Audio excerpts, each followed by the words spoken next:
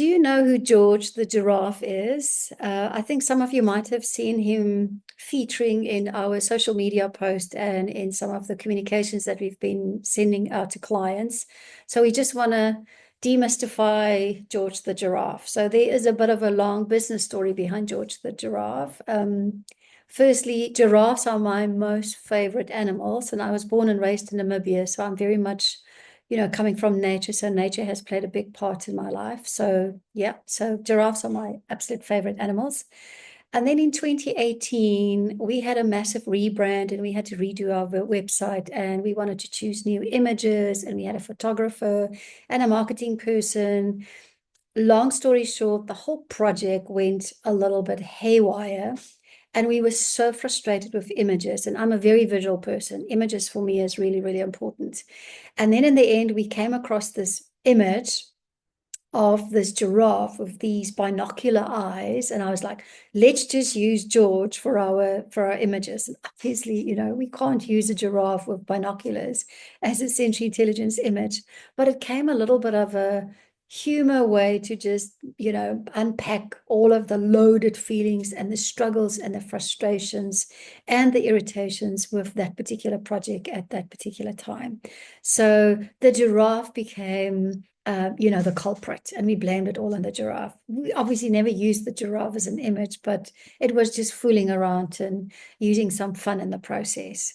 And then a few years later, our very beloved website providers, who also has designed our assessment site, they had a coder whose name was George, and he was in the midst of our second tool development and coding, and then he just vanished. He just up and went and he left. So the giraffe then became George the giraffe. So another negative connotation to something that we were battling with. And, then kind of he got stuck in our business. So he is our mascot, but he's also the baddie. But we just love his big eyes and ears. And he also has some sensory elements to it, which we really are quite fond of.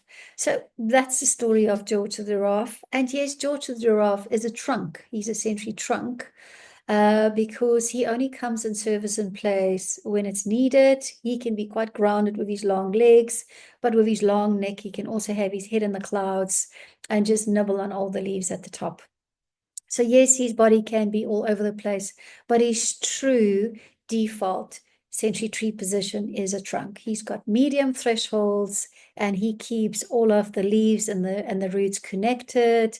He's the mediator, and he also helps us to just stay sane in those times when the going gets tough. So that's about George the giraffe. If you see him again in our communication. So that's what he's all about. We are very fond of him, although we sometimes blame him a little bit. And you know what? Business is hard, life is hard. So sometimes just having some fun in the process, it really does help. So humor and fun makes the world go round. That's all for today. Cheers.